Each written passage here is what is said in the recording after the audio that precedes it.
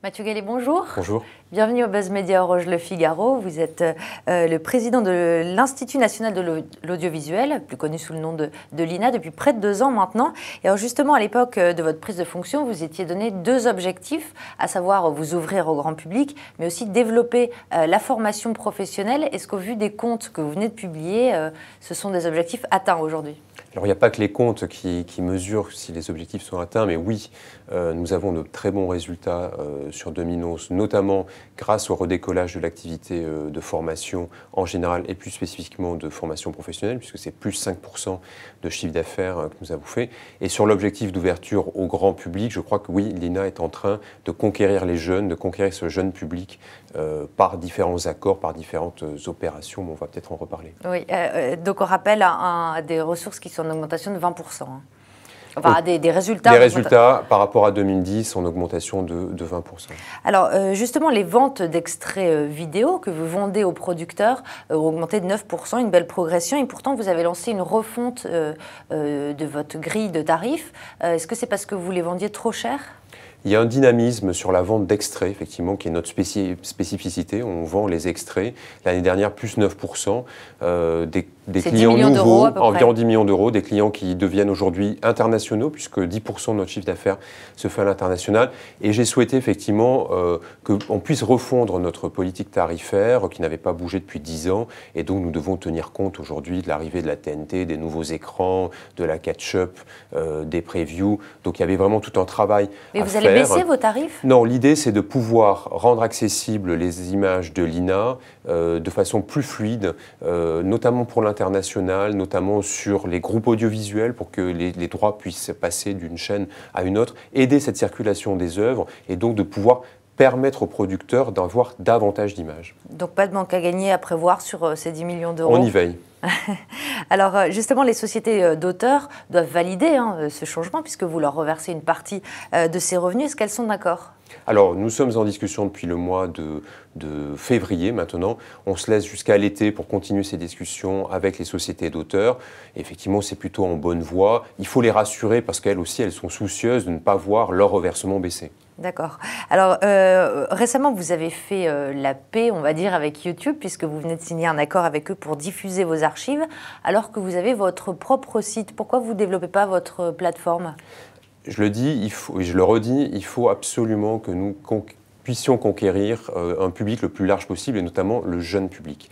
Et donc, nous avons notre plateforme ina.fr.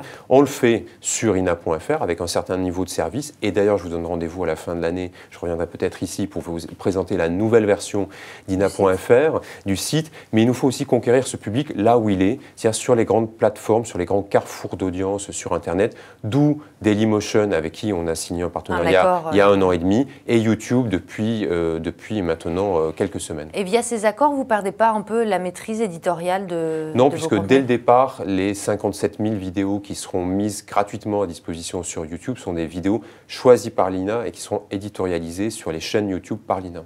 Très bien. Alors, je lisais aussi que certains de vos collaborateurs se sont émus de la privatisation d'images publiques. Est-ce qu'aujourd'hui, l'INA est une entreprise comme une autre ?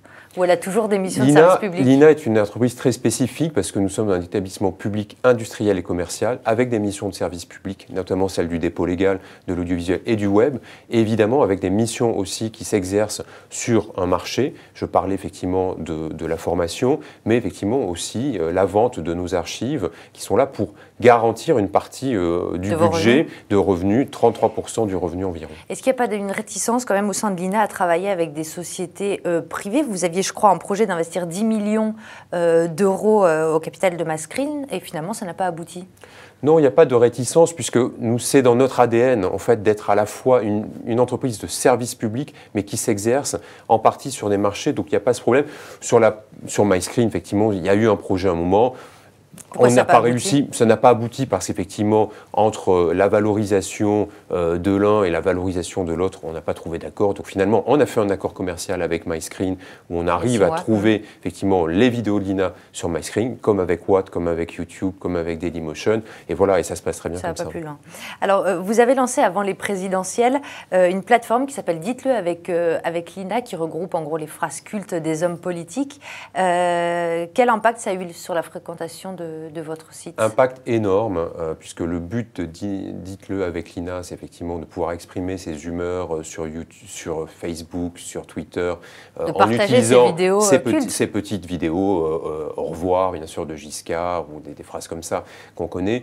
C'est une augmentation de 30% du trafic de nos vidéos vues sur ina.fr, et en 2 semaines, on a déjà dépassé 400 000 vidéos vues sur ce petit site. Et d'ailleurs, on a écouté les internautes qui nous ont dit mais pourquoi certaines vidéos n'étaient pas dessus. Donc dès aujourd'hui, on en rajoute 30 de plus.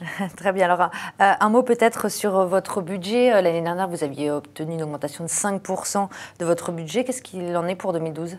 Alors nous avons un contrat quinquennal avec l'État, un contrat d'objectifs et de moyens qui prévoit effectivement une hausse encore pour l'année 2012.